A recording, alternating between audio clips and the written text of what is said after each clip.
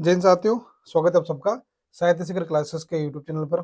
जैसे कि आप सबकी क्लासेस चल रही थी फर्स्ट ग्रेड सेकंड ग्रेड को लेके निःशुल्क कोर्स जो चल रहा है हिंदी साहित्य का इतिहास का, उसकी जो है क्लासेस जो है अब कंटिन्यू रखेंगे। जैसे छुट्टियां लग चुकी है और आप छोटे बोर्ड को देख के समझ चुके होंगे कि मैं गाँव आ चुका हूँ, क्योंकि बड़ा बोर्ड तो वही है। और फिर आप लोगों के कमेंट भी आ रहे थे, फिर जैसे कि 13 दिन की छुट्टियां हैं, लगभग में 6 जनवरी तक छुट्टियां हैं, तो उसके बाद ही फिर श्यामपुरा जाऊंगा। तो उसके पहले आपकी क्लास कंटिन्यू रखें।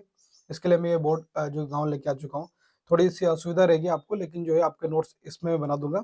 और वो समझाने का जो तरीका था वो थोड़ा यहाँ कम रहेगा, क्योंकि यहाँ फिर आपको मैं सीधे नोट्स बनवाऊंगा। ठीक है, तो आप साथ के साथ नोट्स बनाएंगे और रिवीजन करते हुए नोट्स बनाएंगे, रिवीजन करते हुए चलेंगे। और कोशिश करूंगा कि सारा कंटेंट जो है आपको अच्छे से लिखवा दूं। ठीक है, तो आशा करता हूँ कि आप सबको जो है क्लास अच्छी लगेगी वैसे ही। और आपको अपनी प्रतिक्रिया दें कि इसमें कोई दिक्कत तो नहीं है ना आपको इस क्लास इसमें भी। और आपके कमेंट आएंगे, उस हिसाब से देख लेंगे। और अपनी क्लास को शेयर जरूर करना है। ठीक है, तो पिछली क्लास में हम तुलसीदास जी के बारे में बात कर रहे थे। तो आज वापस हम जो है तुलसीदास जी के बारे में जो विभिन्न तथ्य हैं उनके बारे में आपको लिखवाऊंगा। ठीक है, बेसिक परिचय में लिखवा चुका हूँ। आज जो है जो भी इनके जो जन्म से संबंधित तथ्य हैं उनको आज लिखेंगे। ठीक है, आपको अच्छे से दिख रहा है ना? और कमेंट करेंगे कि सर आपकी क्लास कैसी लगी आपको, और इसमें कोई दिक्कत नहीं है, कंटिन्यू क्लास रखे तो आपको डेली में जो है आप कोशिश करूंगा कि डेली क्लास मिले आपको। ठीक है ना? तो बात कर लेते हैं तुलसीदास जी के बेसिक परिचय में। सबसे पहले बात करेंगे जन्म की। तो इनका जन्म कब हुआ, और मैंने पिछली क्लास में बहुत बहुत सारी बातें भी बताई थी आपको। तो इनका जन्म जो है 1532 में। ठीक है, जन्म 1532 ईस्वी में।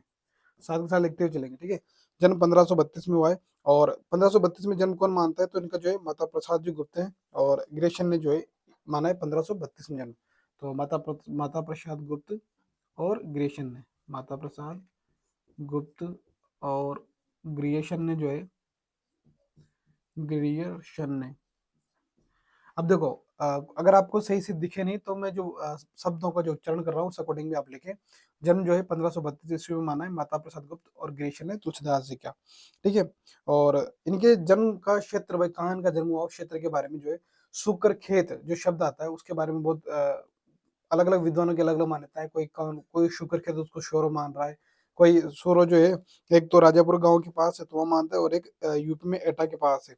तो अलग अलग विद्वानों ने अलग अलग अर्थ लिए हैं, तो उन दोनों की मान्यता को हम लिखेंगे। तो जो है इनका जो जन्म हो गया वो जन्म स्थान के बारे में बात कर लेते हैं। जन्म स्थान, जन्म स्थान तो एक रामचरितमानस में शुकर खेत शब्द आया है, शुकर खेत। ठीक है, तो इसको लेके विद्वानों में अलग अलग मान्यता है। कुछ विद्वान जो है इनका जन्म मानते हैं राजापुर गांव। पहली मान्यता तो कौन सी है? राजापुर गांव, जो कि गोंडा यूपी में है। ठीक है, गोंडा यूपी में है। और शुक्र खेत से ये अर्थ लिया है तो वो लेने वाले हैं रामचंद्र शुक्ल और शिव सिंह सेंगर। ये मान्यता किसकी है? एक तो है रामचंद्र शुक्ल और शिव सिंह सेंगर की ये मान्यता है। ठीक है, शिव सिंह सेंगर की ये मान्यता है, जो कि मानते हैं कि इनका जन्म स्थान जो है शुक्र खेत है, राजापुर गांव, गोंडा में। और दूसरी मान्यता की बात कर लेते हैं। तो दूसरे जो विद्वान है वो सौरव का अर्थ लेते हैं एटा। एक स्थान है एटा यूपी के पास, उसका अर्थ लेते हैं। ठीक है, यूपी में एटा। तो इसको मानने वाले विद्वानों में देखें तो सबसे पहले हजारी प्रसाद द्विवेदी आते हैं। हजारी प्रसाद द्विवेदी जिनका जन्म मानते हैं एटा यूपी, सौरव का अर्थ लेते हैं। और राम नरेश त्रिपाठी, राम नरेश त्रिपाठी, राम नरेश त्रिपाठी। और बात करें मुख्य रूप से तो लाला सीताराम, लाला सीताराम, ये विद्वान जो है इनका जन्म मानते हैं एटा यूपी में। तो आप याद रखेंगे जन्म 1532 माता प्रसाद गुप्त गिरेशन के अकॉर्डिंग है। जन्म स्थान शुक्र खेत आया है इनके रामचरितमानस में, तो उसके अकॉर्डिंग विद्वानों ने अलग अलग मत लिए। एक तो राजापुर गांव के पक्ष में, जिनमें राजापुर गांव शुक्ल, रस से राजा रस से रामचंद्र, याद रखना है, रस से राजा रस से रामचंद्र, रामजय शुक्ल, गोंडा यूपी में है।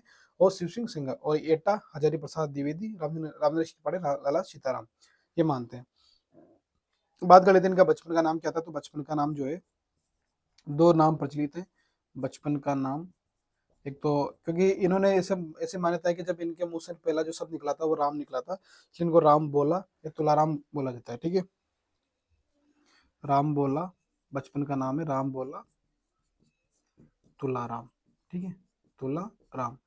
ठीक है, ऐसी मान्यता है कि इन्होंने बचपन में जब मुंह खोला तो सबसे पहले कौन सा नाम निकला? राम बोला, शब्द निकला था। आप जानते हैं कि माता कौन सी है? माता का नाम क्या है? तो माता है हुलसी बाई।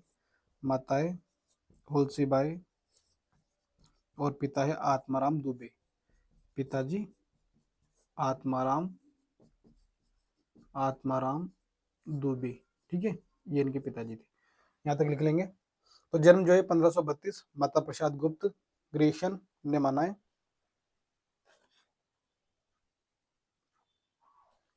और जन्म स्थान जो है शुक्रखेत, जिसमें शुक्रखेत का अर्थ जो लिया है वह रामचंद्र शुक्ल ने तो लिया है राजापुर गांव, शिव सिंह शंकर दोनों ने तो, और ये गोंडा यूपी में है। ठीक है, और दूसरा शुक्रखेत का अर्थ जो एटा यूपी लिया है वो हजारी प्रसाद द्विवेदी ने, रामनरेश त्रिपाठी ने और लाला सीताराम ने लिया है। बचपन का नाम जो है राम बोला और तुलाराम है, और माता उलसीबाई थी, पिताजी तो आत्माराम दुबे। ठीक है, क्लास कैसी लगी आज की? और आज की जो है ये कैसी लग रही है आपको?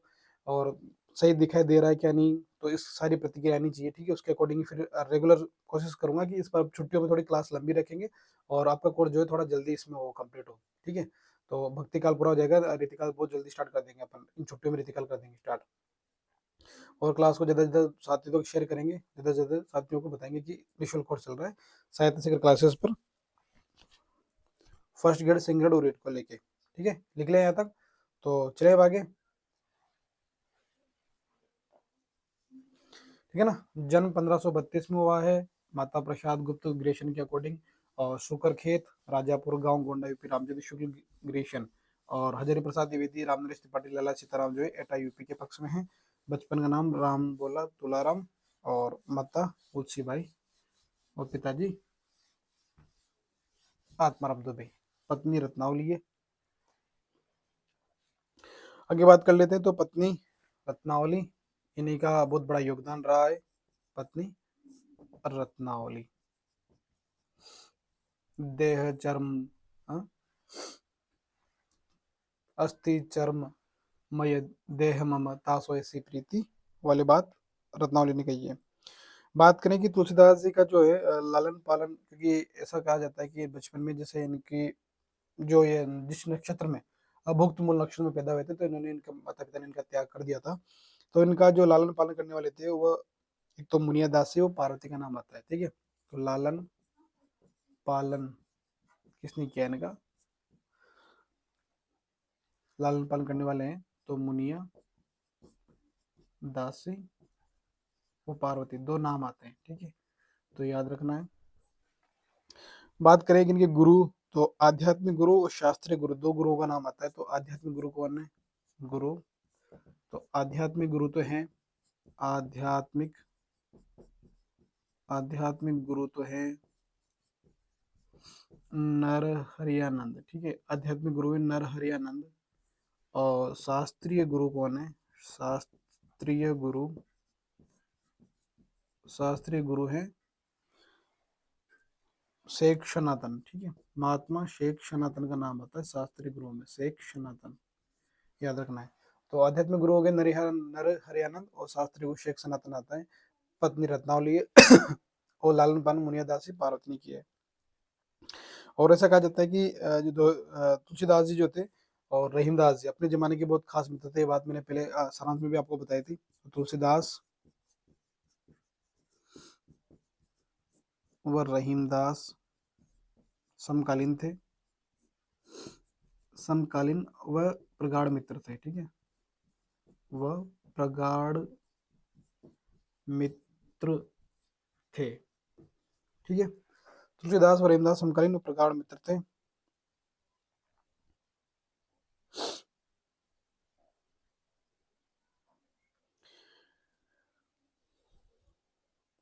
जो वह अस्थि चर्म मम देह तामो ऐसी प्रीति, ऐसी थी ऐसी श्री राम माँ होती तो न भव भी थी। तो ये जो पंक्ति है वो भक्त माल में रत्नावली की पंक्ति मिलती है। ठीक है ना, यहाँ तक लिख लिया। तो वो जो पंक्ति उसे लिख लेंगे कि अस्थि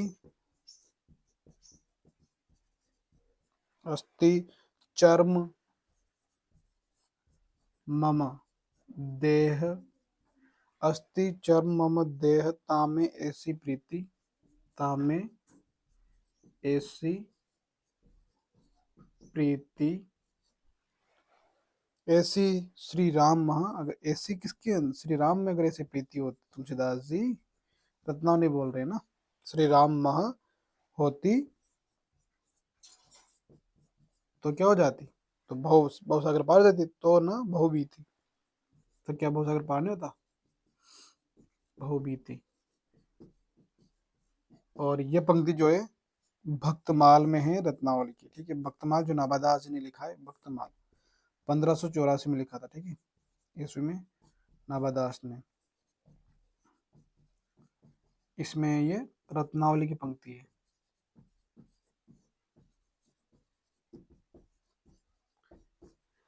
देख लो एक बार दोबारा बता दूं। पत्नी है रत्नावली, लालन पालन हुआ है मुनियादास पार्वती के द्वारा, गुरु आध्यात्मिक गुरु तो नरहरि आनंद है, और शास्त्री को जो है शेख सनातन है, ठीक है। और तुलसीदास व रेमदास जो थे समकालीन थे, प्रगाढ़ मित्र थे। और अस्थि चर्म मम देह ताम में ऐसी प्रीति, ऐसी श्री राम माँ होती तो न भवित, ये जो पंक्ति है वो भक्तमाल में है, 1584 ईस्वी में लिखा है नाभादास ने, और ये उसमें रत्नावली की ये पंक्ति दी गई है, ठीक है। तो यहाँ तक लिख लीजिए, फिर चलते हैं आगे।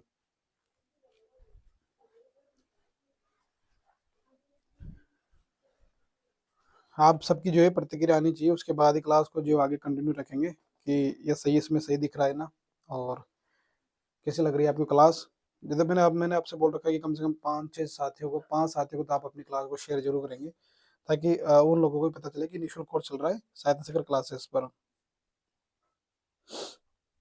जो नाभादास जी ने भक्तमाल लिखा है 1584 ईस्वी में, इसकी टीका लिखी है प्रियादास जी ने, ठीक है ना। प्रियादास से प्रश्न पूछा भी गया किसने लिखी है, असिस्टेंट प्रोफेसर में प्रश्न आता है कि नाभादास जी की चर्चित टीका किसने लिखी भक्तमाल की, तो प्रियादास ने लिखी, और किस नाम से लिखी है, भक्ति रस प्रबोधिनी टीका, भक्ति रस प्रबोधिनी टीका।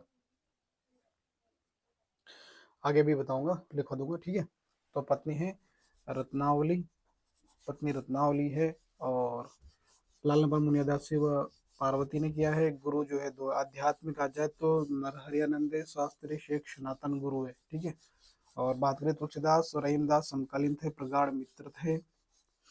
और आगे बात करें तो अस्थि चर्म मम देह ये तामो ऐसी प्रीति हो, ऐसी श्री राम माँ होती न बहुबीती। ये पंक्ति भक्तमाल में दी गई है। भक्तमाल किसने लिखा है, 1584 ईस्वी में नाभादास ने, रत्नावली की पंक्ति है, ठीक है।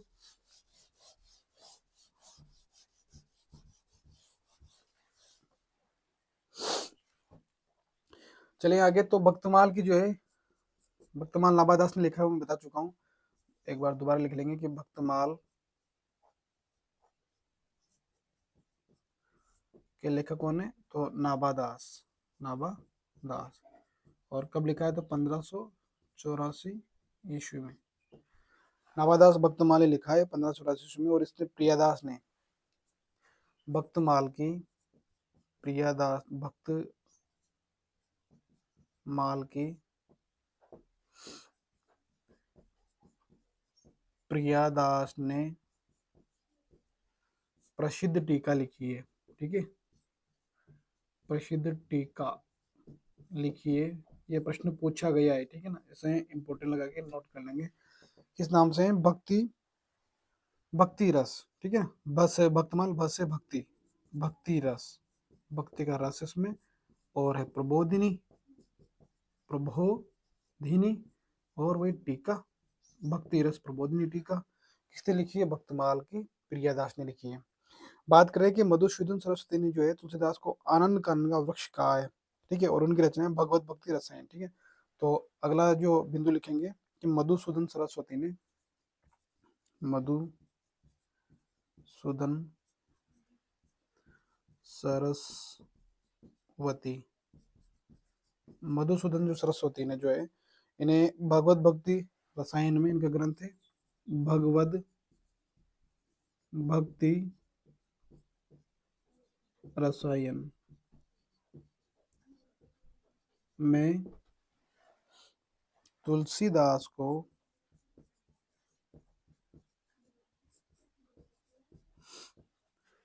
आनंद कानन का वृक्ष, आनंद कानन का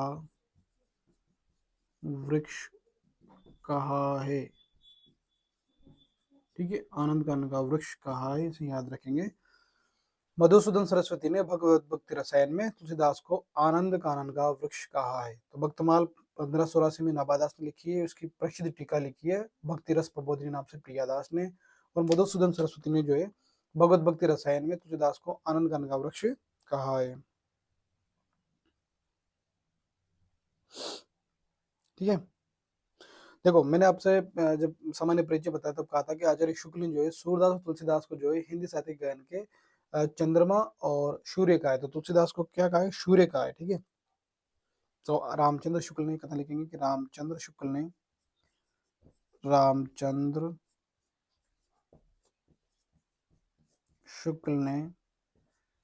तुलसीदास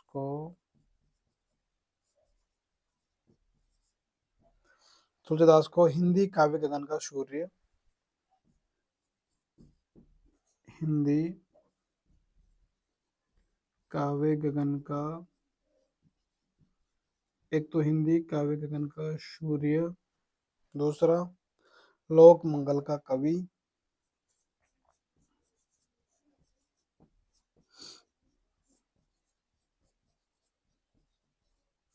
लोक मंगल का कवि, साधना अवस्था का कवि, साधना अवस्था का कवि कहा है। ठीक है,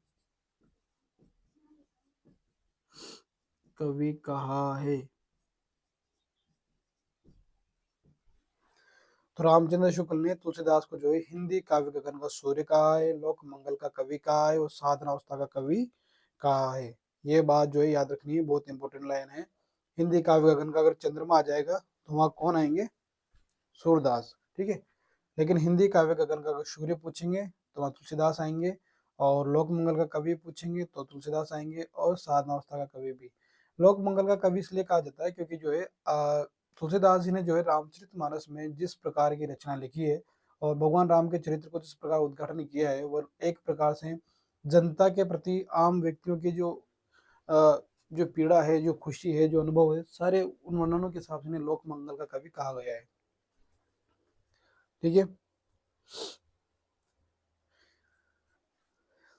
रामचंद्र शुक्ल ने जो है शुक्रदास के लिए कहा कि एक लोक रंजन के कवि हैं, जीवन उत्सव के कवि हैं, सिद्धावस्था के कवि हैं, ये भावाधिपति हैं, ये हिंदी काव्य गगन के चंद्रमा है। ये भी आगे लिखूंगा, इसे लिख लेंगे पहले। तो भक्तमाल नाभादास की रचना है और 1584 ईस्वी में लिखी है प्रियादास ने, मतलब भक्तमाल प्रियादास ने लिखी है 1584 ईस्वी में, और इसकी टीका लिखी है प्रियादास ने, भक्ति रस प्रबोधिनी टीका। मधुसूदन सरस्वती ने जो है इन्हें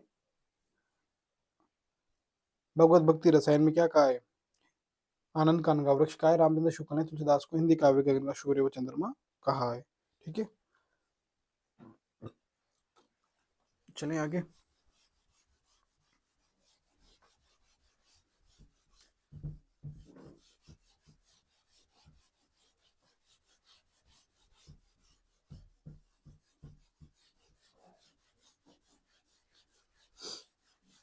आपकी जो प्रतिक्रिया आएगी, कमेंट वमेंट जो करेंगे आप उसके अकॉर्डिंग फिर अगली क्लास रखेंगे, और क्लास जो है इसी बोर्ड पे रहेगी अब लगभग आगे की जितनी भी क्लास होने वाली है 10-15 दिन तक, तो जब तक मैं वहाँ पे सैंपल नहीं चला जाता। तो रामचंद्र शुक्ल ने सूरदास के लिए जो बातें की उसे भी लिख लेंगे कि रामचंद्र शुक्ल ने सूरदास को क्या क्या कहा है। ठीक है, तो पहला, ये लोक रंजन के कवि हैं, वो लोक मंगल के हैं, ये लोक रंजन के कवि हैं, पहली बात। ठीक है, दूसरी बात करें, ये जीवन उत्सव के कवि हैं, जीवनोत्सव, जीवनोत्सव के कवि हैं। दूसरी बात, ये सिद्धावस्था के कवि हैं, ये सिद्धावस्था के कवि हैं। आगे बात करें, ये भावाधिपति हैं, भावाधिपति हैं। ठीक है, और बात कर लें, ये हिंदी काव्य गगन के चंद्रमा, ये हिंदी काव्य गगन के चंद्रमाएं। तो रामचंद्र शुक्ल ने सूरदास को कहा है कि ये लोक रंजन के कवि हैं, ये जीवन उत्सव के कवि हैं, ये सिद्धावस्था के कवि हैं, ये भावाधिपति हैं और ये हिंदी काव्य गगन के चंद्रमा है। आचार्य शुक्ल ने सूरदास को कहा 5 उपमाएं दी हैं लोक रंजन, ठीक है, लोक रंजन, भावाधिपति और जीवन उत्सव और सिद्धावस्था। ये सिद्धावस्था के कवि है, वो साधनावस्था के कवि है। तुलसीदास साधनावस्था, ये सिद्धावस्था और हिंदी काव्य गगन के चंद्रमा, ठीक है। लोक रंजन, जीवन उत्सव, सिद्धावस्था, भावाधिपति और काव्य गगन के चंद्रमा, ये शुक्ल ने सूरदास को कहा है, ठीक है ना। अब तुलसीदास जी की नेक्स्ट क्लास में हम बात करेंगे प्रमुख रचनाओं की और भी जो जो विशेषता है उनके बारे में। आज की क्लास में इतना ही, और अब आप अपनी प्रतिक्रिया देंगे, उस अकॉर्डिंग मैं क्लास रखूंगा। कैसी लगी आपको क्लास, और नेक्स्ट क्लास में कितना क्या करना चाहिए उस अकॉर्डिंग, और आने वाली छुट्टियों में जो क्लास है आपकी इसी पे आएगी, तो उस अकॉर्डिंग आप अपने विचार रखेंगे, ठीक है। तो मिलते हैं नेक्स्ट क्लास में, तब तक के लिए जय हिंद, जय भारत। ध्यान रखेंगे अपना और साल भर नोट्स बनाए, रिविजन करें।